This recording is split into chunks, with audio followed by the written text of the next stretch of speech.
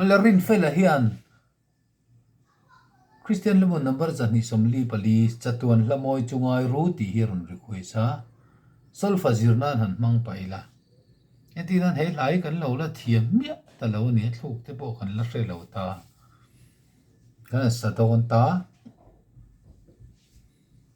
di chuan a solfai kan han ena bar pui kolon vuak bar te vuak bok kolon vuak le bar pui kolon bar te kolon ti sel khan bar pui tangin chiar tur kan ti kha 1 2 3 4 1 2 3 4 vuak li lo ni ta ni vuak li la lo ni ta a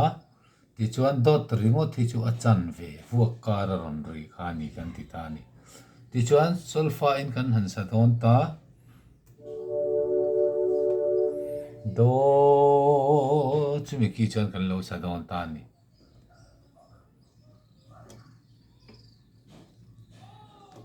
D ki ani ta ni plus 2 D ki lo ni ta do so hing tinge ri kang kan ti chuan do ti la so niam ani wangin do ti la so do so do kan ti don ni re te mi te fa te so te in tinge ri kang kan ti chuan hei hi cho olta do re mi fa so la ti do ti kha kan bai ha tonga ti chuan do so do re mi fa so mi do mi re do so do re mi fa so do mi re do so mi la so fa fa la te khang ting kha rik dan tur chu do chang ve khan te tur kan ti kha do re mi fa so do re mi so mi do re mi fa so la so mi la so fa fa do re mi fa fa re so fa mi re do so do re mi fa so do fa mi re do kaka har kan ti deuh mai the sol fala thiam lo chon ma se ti than khan har lo ani thil pariat ri riat chawania do re mi fa so la ti do ti chaw khania kaka khoi lai pon ron rem se avati ri the ta ni ti chuan a thu kan ena chatuan hlamoi chungai ru vana lo chuak chu ti khani ta chuan cha tuan hlamoi chungai ru vana lo chuak chu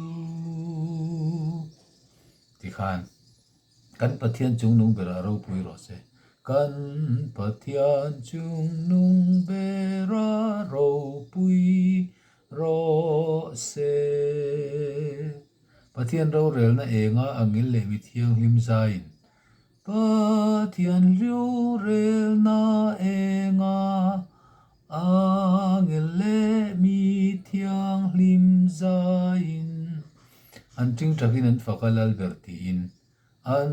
ting trangin an fakalal ber ti kan kan sa thei to mai don ni dal bertiin he lai sa pla chon the lord is king ti khan ta ni ti khan sa chinila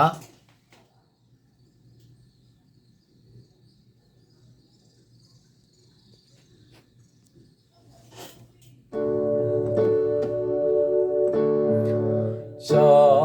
tuan la moi chungai ru vana lo chuak chu kan pathian chung nung bera ro pui ro se pathian ro rel na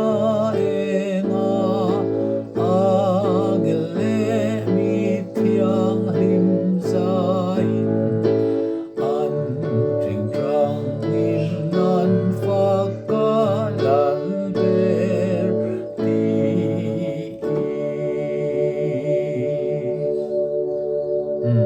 kan sa thei to mai do na ni